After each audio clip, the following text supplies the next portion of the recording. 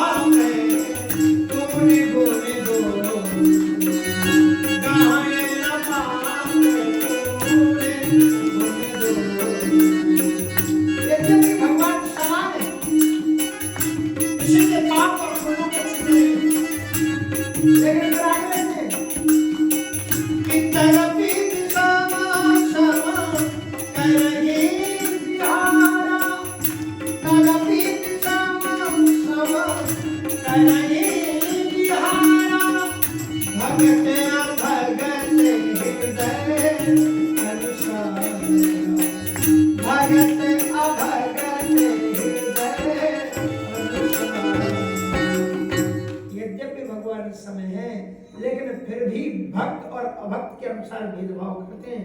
अगर कोई उनका भक्त होता है तो उसको बचाते हैं और राक्षस को मारते हैं। उत्तर देते हैं कैसे? बाली ने यही तो कहा कि मैं बैरी सुग्रीव पिया।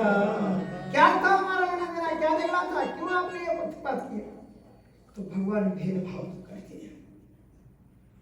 भगवान ने गुरु जी को क्या उत्तर दिया? कहा यद्यपि ये बात ठीक है, मैं सभी में निवास करता हूं, लेकिन इस समय पर अहम सुदामा चित्तेषु निवसिष्यामि साम्प्रतम्। इस समय तुम्हें अपने सुदामा के ही दिल में बैठा हूं। संदीपन जी महाराज को बहुत भाव पैदा हुआ, मन ही मन उन्होंने सुदामा की सराहना की कि कितना सौभाग्यशाली है ब्राह्मण गोविंद जिसका पक्ष लेगा। लेकिन गुरु लोग कैसे होते थे ये देखिए, वो जान रहे कि भगवान है, लेकिन फिर भी उन्होंने कहा तो ठीक है, ये बात भूला है, इसे लकड़ी बीनने जाना है, तुमको भी लकड़ी, भले ही तुम राजा के लड़के हो। अच्छा तुम भगवान ना भी मानो तो एक राजा के लड़के तो है ना, वसुदेव जी ने रथ में बैठ के आए, लेकिन सभी के साथ में समान विवाह। श्री कृष्ण और सुदामा जब लकड़ी बीनने के लिए जाने लगे, गुरु माता ने चना दिए हैं और फिर वहां जाकर बड़ा तूफान भयंकर आंधी जैसा ये यहाँ आया था ना परसों, वैसे इतना भयानक एकदम रात दिन में ही अंधियारा जैसा हो गया। तो एक पीपल के विशाल परकोटे में दोनों जाकर के छुप गए। माता जी ने चने दिए थे तो सुदामा को अब लगी भूख, तो सुदामा ने सोचा कि इतने मुट्ठी भर तो चने यही खा ले या मैं खा लूं, अब ये तो भगवान ऐसे क्या चिंता। तो फिर सुदामा ने धीरे धीरे उसको सोचा कि इसको तो मालूम है नहीं कि भैया ने हमको चने दिए, अपने खा लिए। अब जब चट की आवाज आई खाने की, तो गोविंद ने पूछा मित्र क्या है? क्या कुछ नहीं, आराम से खड़ा रहे, वो ज्यादा ठंडा ना, वो दांत आपस में टकरा रहे तो उससे टकराने की आवाज आ रही। लेकिन भगवान सर्वांतर्यामी है और ये प्रेरक बड़ी प्रेरणा देता है। सुनो क्या संदेश दिया कि दूजे भागी को खाए के यही मिलेगी सीख कि जाए भिखारी हो तुम, दर दर मांगो भी। ये प्रसंग ये बताता है, जो दूसरे की संपत्ति को हड़पता है, जो दूसरे के भाग को हजम करने की कोशिश करता है, वो अगले दिन में भिखारी होता है, दर दर पर भटकना पड़ता है। इसलिए जितना आपको ईश्वर ने दिया है उसी पर संतोष करें। माँ गिरध कष्ट श्रद्धा किसी के घर पर गिरध जटू मंगाने लौट करके आ गए हैं। साथ में उनका इतना सुंदर सुदामा और कृष्ण रहे, कितनी उनकी कथाएं हैं, क्या आपको बताएं। लेकिन एक दिन उनका पढ़ाई जब पूरी हुई, दूसरे दिन उनका दीक्षांत समारोह होना था। उसके बाद में उनको जाना था अपनी अपनी जगह पर। सुदामा रात भर सोया नहीं है। गोविंद मेरा कोई नहीं है इस दुनिया में, केवल तुम ही मित्र हो, तुम ही सब कुछ हो। मैं कहाँ जाऊँ, क्या करूँ? कहा मेरे साथ चलो ना, नहीं जा सकता मैं। इसलिए अब भगवान ने जैसे तैसे रात्रि को सुदामा उठा, रात्रि को 2 बजे, और गुरुजी की कुटिया के सामने अंदर दरवाजा थोड़ी खटखटाया, रोने लगा तो टप टप करके आंसू गिर रहे थे। गुरुजी ने सोचा कोई बाहर है, संदीप ने कुटिया खोली, बाहर आ गए, पूछा क्या बात है सुदामा? तो रोते हुए सुदामा को ने हृदय से लगा दिया। सुदामा ने रोते हुए कहा, गुरुजी कल दीक्षांत समारोह हो रहा है, कल मेरा सखा मुझसे बिछड़ जाएगा, हम कहीं और रास्ते चले जाएंगे। आप मेरे माता पिता की तरह हो, क्या आप कुछ दिन के लिए पढ़ाई और नहीं पढ़ा सकते, ताकि हम अपने मित्र के साथ कुछ और रह लें? संदीपन की भी आंखों में आंसू आ गए, हृदय से लगाया सुदामा को, कहा कि ऐसा शिक्षा में नहीं होता है, और एक बात तुम कह रहे हो तो मैं तुम्हें बता दूं सुदामा कि तुम्हारा जो मित्र है वो ईश्वर है, इसलिए तुम उससे कभी विस्मृत मत करना, वो तो तुम्हारी बात नहीं है। हाँ, ये मुझे मालूम है कि वो ईश्वर है, इसलिए तुम्हें उसे छोड़ना नहीं चाहता। लेकिन वसुदेव जी का रथ आया और दूसरे दिन दोनों उसमें बैठ करके रथ से चलते, और जहां पर गोविंद ने उसका कांटा निकाला था वहां पर रथ खड़ा हुआ। सुदामा से कहा कि मित्र तुम्हारा रास्ता यहाँ से अलग जाता है और मेरा रास्ता इधर से अलग जाता है। गोविंद ने उसके हृदय से लगा करके कहा कि सुदामा तुम मेरे सच्चे मित्र हो, और मैं आज तुझे वचन देता हूँ कि कभी भी आधी रात में भी तू मेरे पास आ जाएगा तो तेरी जो भी आवश्यकता होगी मैं पूर्ण करूंगा, चाहे जिस परिस्थिति में अपन दोनों रहेंगे, एक दूसरे के मित्र होकर के रहेंगे। कभी भी कोई संकट आए मेरे पास चले आना।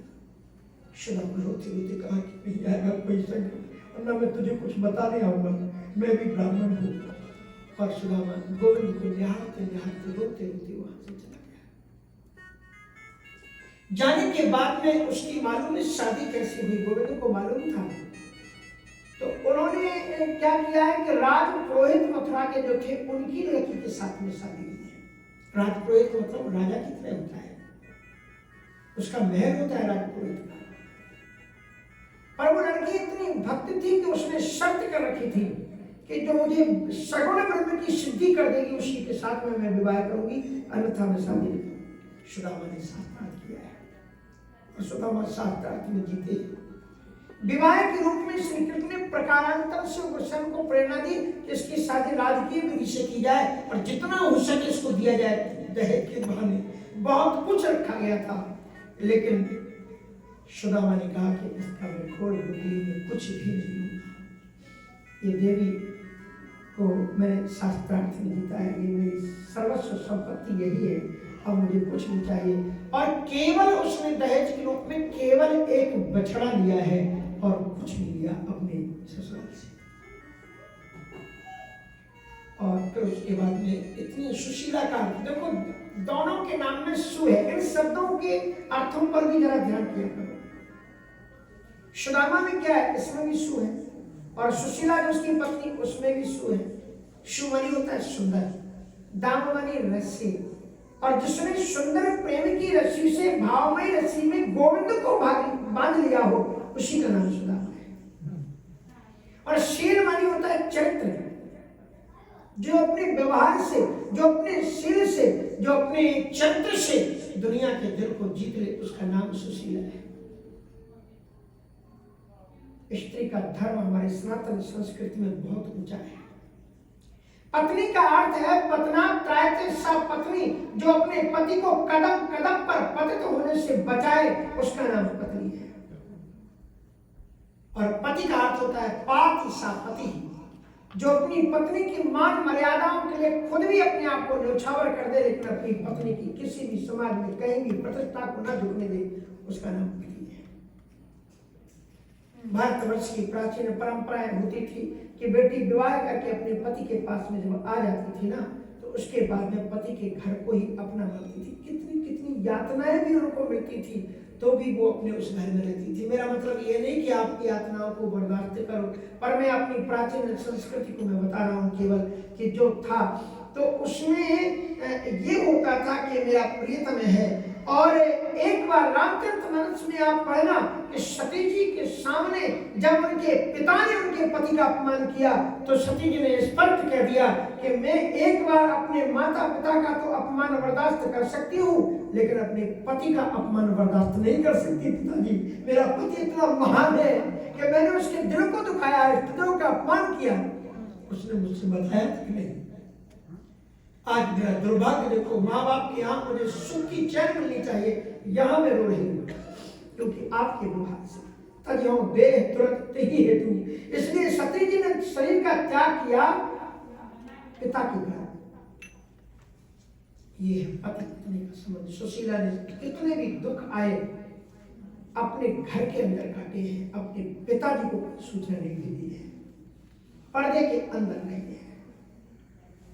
एक दिन ऐसी परिस्थिति उसके जीवन में पैदा हुई कि उसके आंचल में दूध नहीं थी, बच्चे को दूध कैसे पिलाए।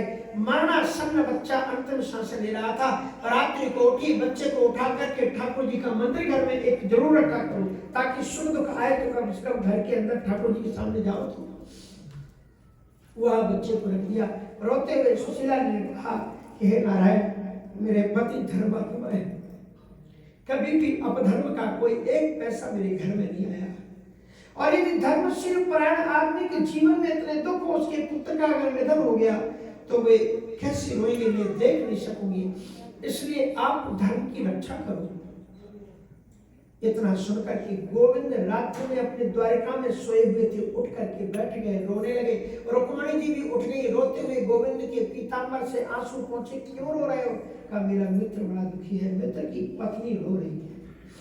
रुक्मिणी जी सर्वांतर्यामी थी, उन्होंने दिव्य दृष्टि से देखा कि वो सुदामा उनका मित्र है और क्या क्या उनके घर में हो रहा है।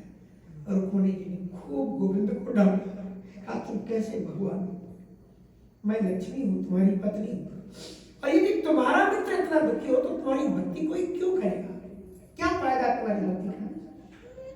तुम एक मुझे आदेश करते, रिद्धियां सिद्धियां उसके पीछे लगा देते, सारी दुनिया का सरताज शायद होता। आपने क्यों उसे इतना दुख दिया? तो गोविंद ने कहा कि इतना हठ धर्मी है कि चलते चलते में से लाख बार समझा करके आया था कि सुदामा एक बार मेरे पास आ जाना, एक बार। मैं यही तो देख रहा हूं कितना हठी ब्राह्मण है, इतना दुख उठा रहा है, लेकिन मेरे पास आते नहीं बनता। रुक्मिणी जी ने कहा कि यदि वो नहीं आता तो तुम तो जा सकते उसके पास। तब गोविंद ने कहा ठीक है रुक्मिणी, मैं तुम्हारी बात मानता हूँ। और गोविंद एक भिक्षुक का रूप धारण करके सुदामा की कुटिया पर तब आए जब सुदामा भीख मांगने के लिए गया था। अच्छा, दिन भर भीख नहीं मांगता था सुदामा, ब्राह्मण भिक्षा मांगते थे। आपने पुराने जमाने में देखा होगा, खड़ी डाल करके गांव में निकलते थे, लेकिन केवल 5 गांव, 5 घर में अगर भिक्षा मिल गई तो ठीक है, नहीं मिली तो पूरे दिन उपवास चल जाएगा, लेकिन छठवें घर में नहीं जाएगा। गोविंद उस समय उनके यहाँ पर पहुंचे जब वो भिक्षा मांगने के लिए गए थे।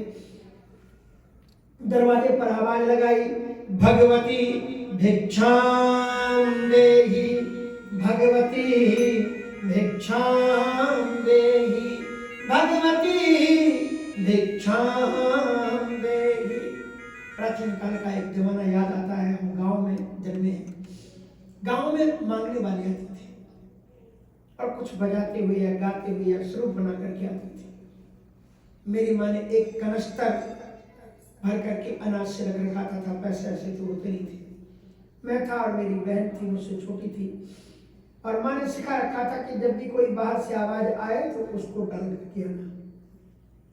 तो हम दोनों में कंपटीशन होती थी कौन सबसे पहले उसको कटोरी रखी रहती थी, उसी में भरा और ले जा करके उसको, और वो आशीर्वाद जो वचन देते थे ना वो बड़े अच्छे लगते थे। बेटा बहुत अच्छे तुम बनोगे, बेटा तुम बहुत, तो उसी को सुनने के लिए मन करता था कि जाए ध्यान रखना लोग लाख निंदा करें कि भिक्षुक को मत दो, ये तो ये करते हैं वो करते हैं, उनका धर्म उनको लगेगा, वो जो करेंगे अच्छा करें बुरा करें वो जाने, लेकिन तुम्हारी संस्कृति तुम्हारा धर्म तुम्हें ये सिखाता है कोई तुम्हारे दरवाजे पर हाथ फैलाए तो उसको कभी खाली हाथ नहीं जाने देना, अगर वो जाता है तो तुम्हारी सारी पुण्य लेकर के चला जाता है। ध्यान रखना, अगर खाली हाथ गया और वो ले गया तो तुम्हारे सारे सारे पाप वो ले जाता है। इसलिए ये परंपरा बनाए रखना कि देने की, नहीं तो फिर नास्तिकता आ जाएगी। अगर आप नहीं दोगे तो आपके बच्चे क्यों देंगे। एक कहानी अगर आपने सुनी हो, मैं तो घड़ी को भी देख रहा हूँ, वो क्या नाम उसका, खड़क सिंह डाकू की पढ़ी क्या कहानी, हमारे यूपी में चलती थी डाकू खड़क सिंह। बाबा भारती के पास में एक दिन खड़क सिंह डाकू आया, बड़ा फेमस डाकू था उस समय का, और बाबा भारती ने उसे अपने घोड़े को दिखाया। उनका घोड़ा बड़ा गजब का था, मैं संक्षिप्त में सुना रहा हूँ, घोड़े का बड़ा वर्णन है उसमें, अद्भुत घोड़ा था। बाबा भारती रोज उस पर बैठ करके घूमने जाया करते थे, और खड़क सिंह को भी उन्हें बैठ करके दिखाया उस घोड़े को। तो खड़क सिंह डाकू ने कहा कि बाबा ये घोड़ा मुझे चाहिए। उनका नहीं, ये तो मेरा घोड़ा है और मैं तो इसके बिना रह नहीं सकता, ये तो मैं किसी को नहीं दे सकता। खड़क सिंह चला गया, बोले मुझे जो चीज भा जाती है मैं उसकी छोड़ता नहीं। अब महात्मा थे, वो झगड़ना चाहता नहीं था उनसे। एक दिन की बात, बाबा भारती उस घोड़े पर बैठ करके सुबह सैर करने के लिए निकली हुई थी। खड़क सिंह एक बीमार बनकर के एक वृक्ष के नीचे लेट गया, और उन्होंने देखा कोई बीमार है, वृक्ष के नीचे लेटा हुआ है। खड़क सिंह ने कहा कि मैं बहुत बीमार हूँ, मरणासन स्थिति में हूँ, तो मुझे आगे के एक शहर तक छोड़ दो। खड़क सिंह को उन्होंने, उस बीमार को सोचा कि उन्होंने अपने घोड़े पर बैठा दिया। थोड़ी देर वो चले थे, वो जो बीमार था वो अकड़ करके बैठ गया, घोड़ों की चाबक अपने हाथ में ली उसने, और घोड़े को एक कीटर मारा, घोड़ा दौड़ पड़ा, और बाबा भारती नीचे गिरे।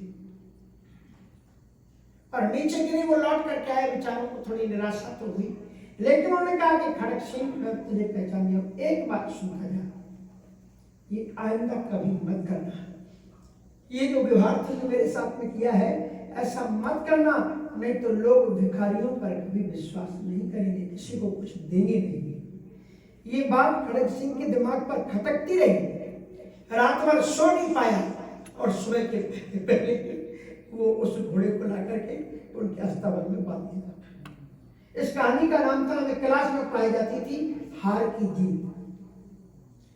खड़क सिंह आप अगर डालोगे तो शायद आ जाएगी, जिसमें लेखक की लिखी हुई होगी। तो कहने का तात्पर्य यह है कि अपनी परंपराओं को बना रखना। गोविंद ने जब आवाज लगाई तो सुशीला के पास में यद्यपि कुछ नहीं था, लेकिन थोड़े बहुत जो चावल के कण थे उन्हीं को लेकर के वो आई है, टूटे बर्तन में लेकर के। और जब भिक्षुक के, वो गोविंद ही भिक्षुक है, उसमें जब वो डालने लगी तो उसके चावल कम गिरे उसके बर्तन से, आंसू ज्यादा गिर रहे थे। भिक्षुक ने पूछा देवी कि भिक्षा देने में तुम्हें कष्ट हो रहा है? कहा नहीं भिक्षुक, मुझे कोई कष्ट नहीं हो रहा है, लेकिन सच बात यह है कि मेरे पास चावल कम, इन आंसुओं के सिवा आपको भिक्षा देने के लिए कुछ भी नहीं है। गोविंद ने कहा कि तुम कितनी महान हो, तुम्हें मालूम तुम्हारा पति कितना महान है, तुमसे उसने एक बात छिपा करके रखी। कहा ये बात मत कहना, मेरे प्रियतम, मेरे प्राणधन जीवन में मुझसे कभी कुछ नहीं छिपाते, ये बात आप मत बोलो। कहा नहीं, एक चीज उन्होंने तुमको कभी बताई क्या कि गोविंद द्वारकाधीश के मित्र हैं? क्या बात करते हो, कहाँ द्वारकाधीश और कहाँ मेरे प्रियतम। और इसलिए हो सकता है कि अगर बचपन में रहे भी होंगे तो जब लोग आगे बढ़ जाते हैं ना, जब धनाढ्य हो जाते हैं, तो अगर बिना गरीब बच्चों के साथ में पढ़े तो जान करके नहीं मिलेंगे, जान करके पहचान नहीं करें। अच्छा आप मुझे पहचान रहे? नहीं बेटा मैं पहचान नहीं रहा हूँ, भैया मैं पहचान नहीं रहा हूँ, जान बुझ करके मिले तो रहे होंगे कभी मित्र, अब नहीं पहचान पाएंगे। नहीं नहीं ऐसा मत कहना द्वारकाधीश के बारे में, कल मैं द्वारका गया था, मेरी गोविंद से बात हुई तो गोविंद सुदामा को याद कर रहे थे और वो कह रहे थे दास्यति द्रोणम भूरी शीदते ते कुटुंबने। एक बार सुदामा वहां पहुंच जाए आपका पति, वो इतना देंगे कि तुम्हारी 7 पुलियां बैठ करके घर में मौज से खाएंगी। एक बार अपने प्रियतम भेज कर कुछ लोगों। इतना कहने के बाद में भिक्षु का दृश्य हो गया और इधर सुदामा जी लौट करके आए और सुदामा